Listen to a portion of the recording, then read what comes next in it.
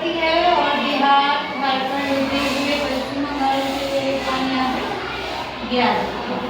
गंगा की साइड में यमुना है, ये यमुना नदी है और ये सोन नदी है। सोन नदी जो है अमरकंटक पहाड़ी से निकलती है, अमरकंटक पहाड़ी से सोन नदी निकलती है।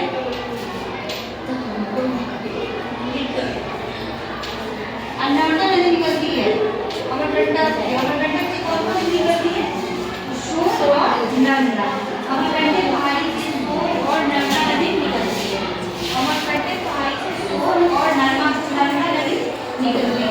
और ये होगी ताप्ती नदी, ताप्ती नदी।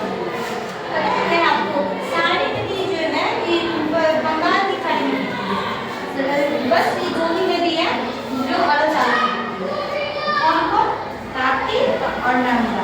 ताप्ती और नर्मदा नदी जो है अलग सागर में गिरती है। क्या कौन सी नदी अलग सागर में गिरती है? ताप्ती और नर्मदा जो है अलग सागर में गिरती है। कौन कौन नदी अलग सागर में गिरती है?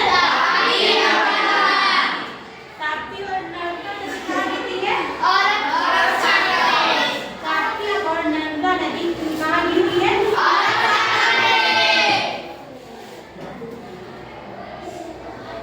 कृष्णा नदी हो गया, कावेरी हो गया, गोदावरी हो गया। गोदावरी नदी जो है छोटा नागपुर पठार को गोदावरी नदी क्या कहती है? दो भागों में डिवाइड करती है।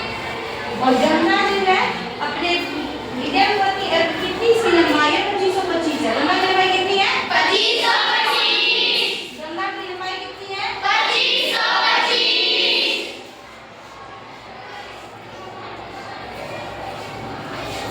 अब ब्रह्मपुत्र नदी की लंबाई कितनी है? 1900। कितनी है? 1900। ब्रह्मपुत्र नदी की लंबाई कितनी है? 1900। और सिंधु नदी की पांच सहायक नदी है, आप लोग को याद है कि याद करा दी। सिंधु नदी की पांच नदी है साथ में, पाकिस्तान की निकट